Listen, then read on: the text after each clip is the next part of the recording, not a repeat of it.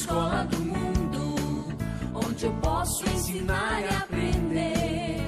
A palavra da sabedoria é a nossa EBD. Deus é o nosso diretor, o Espírito Santo nosso professor. A Bíblia é a cartilha que ensina o caminho, a verdade e a vida. Deus é o nosso diretor, o Espírito Santo nosso professor. A Bíblia é a cartilha que ensina o caminho, a verdade e a vida. Meus amados irmãos e amigos da Escola Dominical, nós estamos estudando as lições da revista Expressão, com o título geral, A Lei de Deus. Hoje o estudo é de número 8 e o tema é Lições da Lei Cerimonial.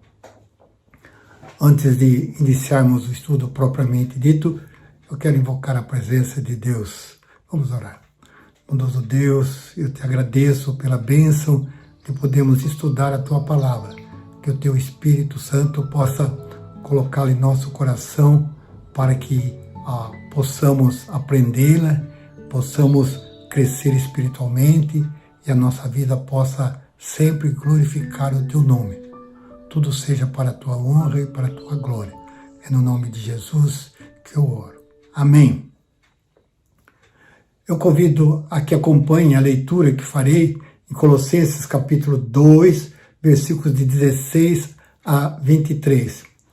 Ninguém, pois, vos julgue por causa de comida e bebida, ou dia de festa, ou lua nova, ou sábados, porque tudo isso tem sido sombra das coisas que haviam de vir, porém o corpo é de Cristo. Ninguém se faça árbitro contra vós outros, pretextando humildade e culto dos anjos, baseando-se em visões, enfatuado, sem motivo algum na sua mente carnal, e não retendo a cabeça, da qual todo o corpo, suprido e bem vinculado por suas juntas e ligamentos, cresce o crescimento que procede de Deus. Se morreste com Cristo para os rudimentos do mundo, por que, como se vivesse no mundo, vos sujeitais a ordenanças? Não manuseis isso, não proves aquilo, não toques aquilo outro, segundo os preceitos e doutrina dos homens, pois que todas estas coisas com o uso se destroem. Tais coisas com efeito têm aparência de sabedoria, como culto de si mesmo e de falsa humildade e de rigor ascético, todavia não tem valor algum contra a sensualidade. No texto que acabamos de ler, Paulo relembrou os habitantes, os crentes de Colossos, de que Cristo os havia libertado das práticas pagãs e do uso incorreto da lei de Deus. Na lição de hoje, em resumo, temos como objetivo entender que a lei cerimonial nos ordena ou nos orienta, sobre Deus, sobre nós e a nossa salvação. Ela nos ensina preciosas lições para o exercício saudável desse relacionamento. As leis cerimoniais apontam aspectos das normas ao culto de Deus. Vamos conhecer algumas das leis cerimoniais, seus efeitos e suas práticas no Antigo Testamento. Esses rituais litúrgicos foram abolidos com a cruz de Cristo, mas os efeitos da lei cerimonial permanecem para lembrar que Deus ainda requer santidade do seu povo. Também requer comunhão profunda e imensa com Ele e o nosso reconhecimento pelo sacrifício eterno, único e perfeito de Cristo. A maioria das leis religiosas e culturais nos chamam a atenção por não fazerem parte das práticas cristãs. A riqueza dessas leis é tão grande que vale o esforço de buscar compreendê-las. Ressaltamos que elas não dão orientação sobre Deus, sobre nós e sobre o que é necessário para a nossa salvação. Procuraremos mostrar como devem ser entendidas e aplicadas. O que é lei cerimonial? As leis cerimoniais eram as que regulavam e ordenavam o culto no Israel e também no Antigo Testamento. Elas se encontram em grande parte no Pentateuco, ou seja, nos 5 primeiros livros da Bíblia, e incluem desde a circuncisão do recém-nascido até as instruções para a construção do tabernáculo. Vamos ver as leis cerimoniais sanitárias, as leis cerimoniais, o lugar de adoração, e a lei cerimonial referente ao sacrifício. As leis cerimoniais sanitárias. A purificação é um dos principais temas da lei cerimonial, porque o culto a ser prestado a Deus deveria ser caracterizado pela pureza. Toda forma de corrupção ou de morte deveria ser afastada, e aqueles que se contaminassem não poderiam participar da assembleia e do culto. Eu leio Números capítulo 19, os versículos de 11 a 13.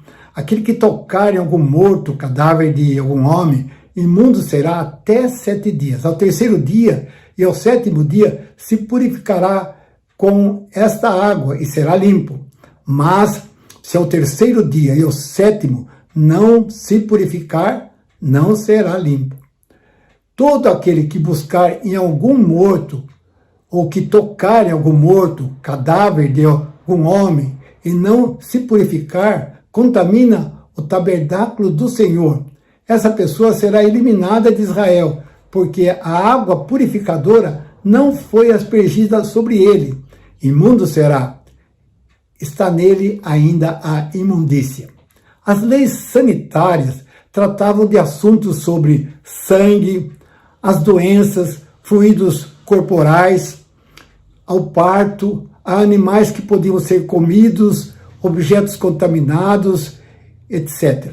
Podia acontecer uma interdição de poucas horas até o final do dia, ou uma interdição permanente, como no caso da lepra ou da mutilação. Quando uma interdição fosse temporária, o final do impedimento era marcado pelo ato de lavar as vestes. Eu leio Levítico 13, 6. O sacerdote, ao 7º dia, o examinará outra vez. Se a lepra se tornou basta e na pele se não estendeu, então o sacerdote o declarará limpo. É pústula. O homem lavará suas vestes e será limpo.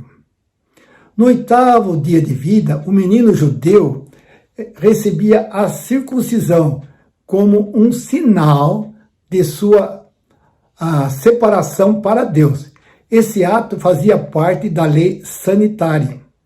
Por meio da circuncisão, o povo de Israel renovava sua aliança com Deus, que deveria se manifestar em obediência e em santificação. Era uma condição fundamental para fazer parte do povo de Israel e aproximar-se de Deus em culto. Todo aquele que recebesse essa marca, ou que a marca da circuncisão era obrigatório. Então, todo aquele que não recebesse essa marca seria eliminado do povo de Deus. Gênesis 17, 14. O incircunciso que não for circuncidado na carne do prepúcio, essa vida será eliminada do seu povo. Quebrou a minha aliança. Se um estrangeiro quisesse comer da Páscoa, deveria antes ser circuncidado. Todas essas leis revelavam que o homem precisa desesperadamente de purificação. Caso contrário, seria impedido de comparecer perante Deus. A não concordância faria com que fosse eliminado do povo da aliança. Levítico 7, versículos 19 e 20. A carne que tocar alguma coisa imunda não se comerá, será queimada. Qualquer que estiver limpo comerá a carne do sacrifício. Porém, se alguma pessoa, tendo sobre si imundícia, comer a carne do sacrifício pacífico, que é do Senhor, será eliminada do seu povo. Agora, a lei cerimonial referente ao lugar de adoração. Na lei cerimonial foi estabelecido um local específico para o culto. Êxodo 25, 8. E me farão um santuário para que eu possa habitar no meio deles. Nas peregrinações era o tabernáculo, uma estrutura desmontável, ambulante. Mais tarde, Deus indicou o Monte Sião, em Jerusalém, como o lugar onde deveria ser construído o templo para o louvor da sua glória. Salmo 78, versículos 68 e 69. Escolheu antes a tribo de Judá, o Monte Sião, que ele amava, e construiu o seu santuário, durável como os céus, e firme como a terra que fundou para sempre. Os homens deveriam ir ao templo 3 vezes ao ano para as grandes festas. No templo, a cada 7 anos, deveriam ouvir a leitura da lei. Observe que hoje nós gozamos do privilégio de termos a palavra de Deus impressa, termos a Bíblia em nossa casa, podemos lê-la todo dia, fazer o nosso culto doméstico. Também, voltando, nesse lugar deveriam ser trazidos os dízimos e as ofertas. Ali também eram feitos os votos de consagração e os sacrifícios pelo pecado. O Salmo 133, no versículo 3, descreve Sião como o lugar onde Deus ordena a sua bênção e a vida para sempre. Segundo a lei, o santuário tinha acesso limitado. Entravam no pátio interno aqueles que trouxessem oferta ao Senhor. Somente os sacerdotes poderiam transitar entre o altar e o lugar santo. No Santo dos Santos, o sumo sacerdote podia entrar uma vez por ano unicamente. O templo era então um misto de aproximação e também de afastamento. Nadab e Abiú colocaram fogo estranho no incensário e foram mortos por um fogo que saiu de diante do Senhor. Nos tempos de Isaías, o culto de um povo cheio de pecados foi condenado. Eu leio Isaías capítulo 1, versículos 12 e 13. Quando vindes para comparecer perante mim, quem vos requereu o pisardes dos meus átrios? Não continueis a trazer ofertas vãs, o incenso é para mim abominação, e também as festas da lua nova, os sábados e a convocação das congregações. Não posso suportar iniquidade associada ao ajuntamento solene. O templo foi uma grande demonstração do favor de Deus para com Israel. Porém, o acesso a Deus estava limitado por causa do pecado. Agora, a lei cerimonial referente aos sacrifícios. Havia vários tipos de sacrifício, mas aqui vamos identificar os 5 tipos básicos. Holocausto, primeiro. Toda a oferta era queimada como propiciação pelo pecado e demonstração de dedicação. Um segundo sacrifício, oferta de cereal ou tributos. Uma porção simbólica era queimada e o restante era comido pelo sacerdote. Era demonstração de gratidão pelos primeiros frutos da terra. Oferta de comunhão ou oferta pacífica. A gordura era queimada e o restante comido pelo sacerdote e pelo ofertante. Era oferecida como sinal de comunhão por bênção inesperada para cumprir um voto ou por ação de graça. Oferta pelo pecado. A gordura era queimada e o restante comido pelo sacerdote. Aplicava-se à situação em que era necessária uma purificação. Por último, a oferta pela culpa. A gordura era queimada e o restante comido pelo sacerdote. Aplicava-se em caso de profanação ou quando houvesse culpa, mas sem a intenção de cometer um pecado. Com exceção da oferta de cereais, a morte de um animal em substituição ao ofertante era condição para que alguém se achegasse a Deus. Então, matava-se um animal, sacrificava-se um animal, substituindo o ofertante. Hebreus 9:22 nos ensina: com efeito, quase todas as coisas, segundo a lei, se purificam com sangue, e sem derramamento de sangue não há remissão. Os sacrifícios em substituição ao ofertante precisavam ser continuamente executados, mostrando o nosso persistente estado de corrupção e desobediência a Deus. Hebreus 10, de 1 a 4. Ora, visto que a lei tem sombra dos bens vindouros, não a imagem real das coisas, nunca jamais pode tornar perfeitos os ofertantes com os mesmos sacrifícios que, ano após ano, perpetuamente eles oferecem. De outra sorte, não teriam cessado de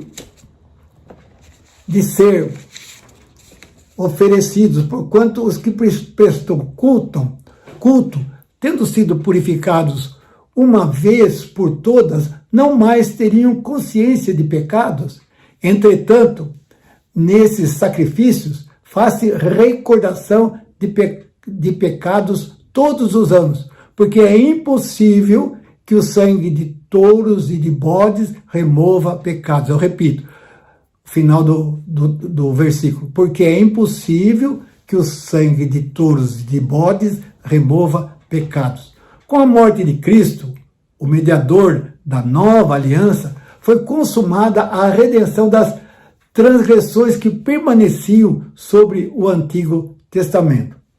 Agora, a pergunta que você e eu poderíamos fazer: a lei cerimonial ainda está em vigor?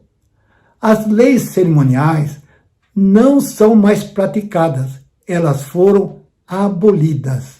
Elas fazem parte das Escrituras e não vale mais? É uma outra pergunta. E ainda aquela perguntinha: por quê? É porque elas tipificavam de modo limitado a obra de Cristo. Elas tipificavam de longe, como por um véu, o Cristo que haveria de vir. Ela serviu para ensinar os crentes do Antigo Testamento sobre a salvação e prepará-los para receber o Salvador. Com a vinda de Jesus, as práticas das leis cerimoniais tornaram-se desnecessárias porque cumpriram o seu objetivo.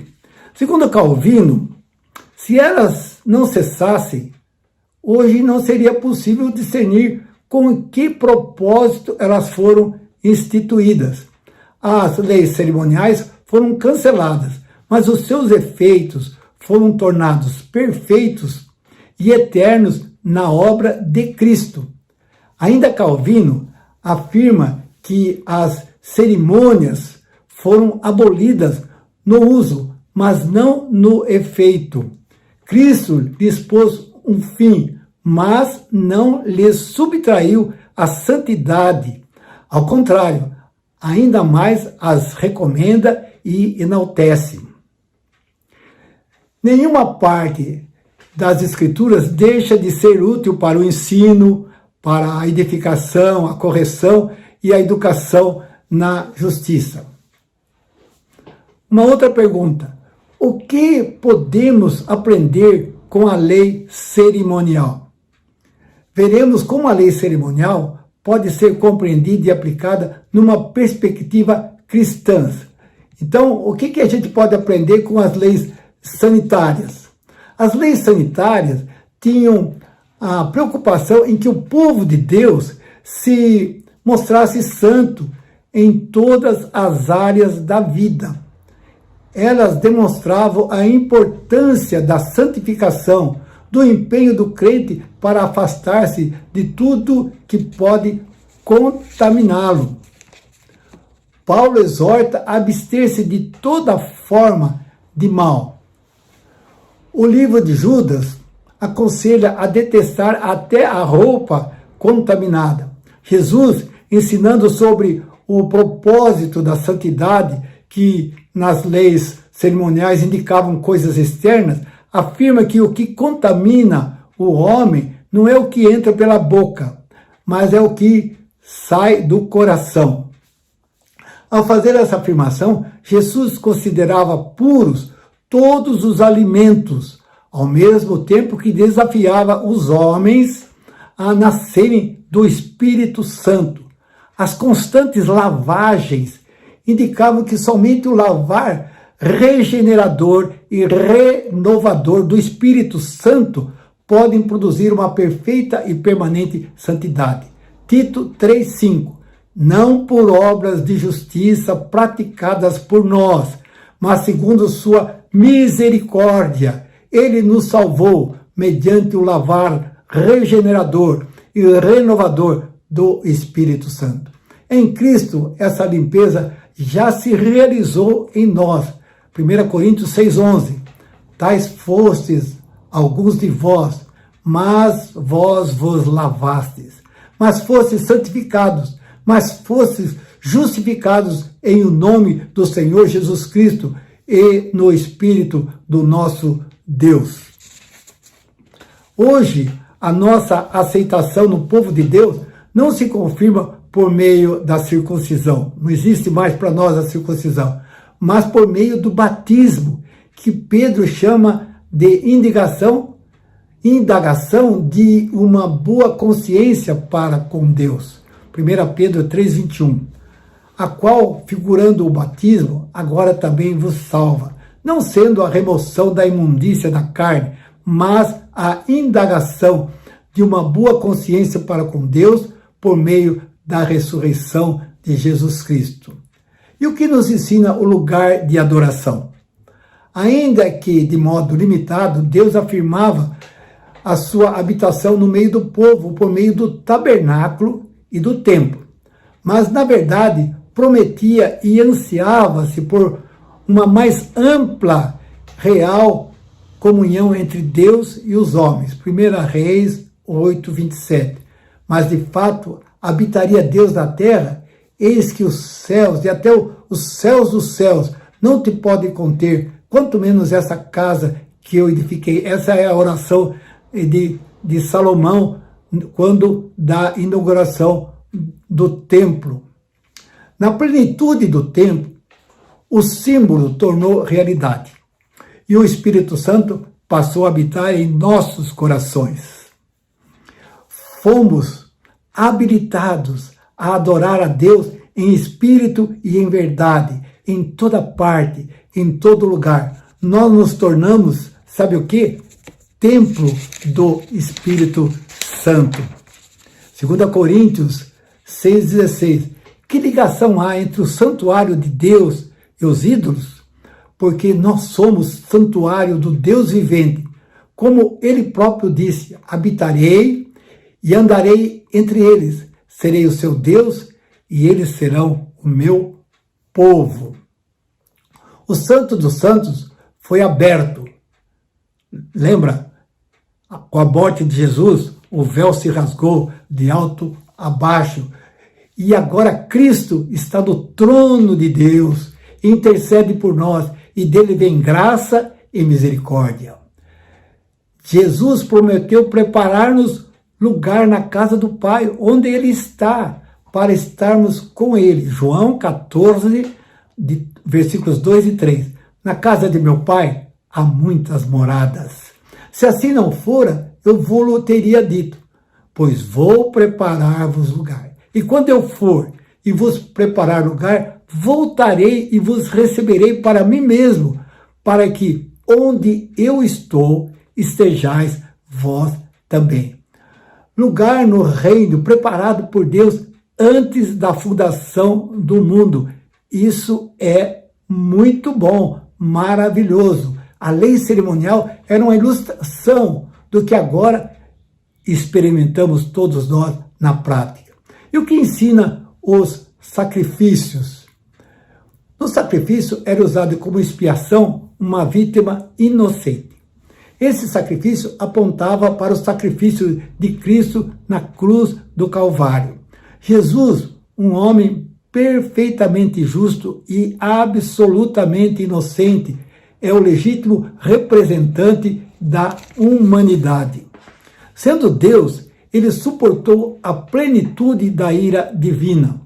Quando Jesus se entregou por nós na cruz, realizou o único e perfeito sacrifício que garantiu a nossa redenção. Ele pagou o preço da nossa salvação lá na cruz. Ele promoveu a expiação de todos os nossos pecados, eu repito, de todos os nossos pecados, e consagrou-nos como povo de propriedade exclusiva de Deus. Que maravilha! Você, crente, é propriedade exclusiva de Deus. Eu, crente, sou propriedade exclusiva de Deus. Somos propriedade exclusiva de Deus. Jesus permitiu-nos a perfeita paz e comunhão com Deus. Podemos sentir essa comunhão expressa na nova aliança ao participarmos do sacramento da Santa Ceia. Vamos para a conclusão. A lei cerimonial deve ser vista como uma rica exposição da obra redentora realizada por Jesus Cristo. A prática da lei cerimonial, por ser simbólica, essa prática foi abolida quando a realidade se manifestou no Evangelho de Jesus Cristo. O valor expositivo da lei cerimonial ela permanece para todos aqueles que desejam conhecer o Salvador e a salvação. Vamos para a aplicação. Você tem usufruído da comunhão e da presença permanente de Deus no seu dia a dia? Você tem ansiado para que essa comunhão se torne perfeita e eterna? A cruz de Cristo tem sido o centro da sua vida e do seu relacionamento com Deus? Que Deus assim nos abençoe. Vamos orar novamente. Bondoso Deus, nosso Pai, nós te damos graças por todas as tuas bênçãos. Nós te damos graças pelo privilégio de podermos estudar e entender a tua palavra, Pai. Abençoa cada pessoa que ouvirá essa mensagem, Pai. E que essa mensagem seja importante na vida de cada um de nós, Pai. Você também com aquelas pessoas que estão enfermas, Pai, visita os lares de pessoas enfermas, visita, ó Deus, os hospitais, aqueles que estão também nas UTIs. Ó Deus, tem misericórdia dessas pessoas e segundo a tua vontade, ó Deus, cura-os completamente. Aceita a nossa gratidão por tudo, perdoa os nossos pecados. Nós oramos no nome precioso de Jesus, nosso Salvador e o nosso Senhor. Amém.